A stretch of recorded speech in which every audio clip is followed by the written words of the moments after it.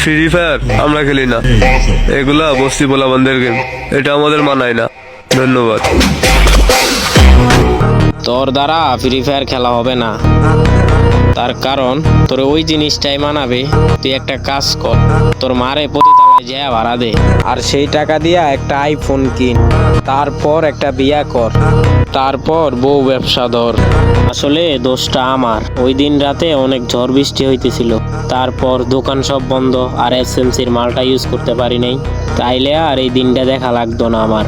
আর তুই যদি এটা মনে করস ফ্রি ফায়ার নিয়ে ভিডিও করলে লাইক আর ভিউ মিলিয়ন মিলিয়ন, তাহলে ভাই তুই এটাও মাথায় রাখিস, এটা কিন্তু আশা করি বুঝছস।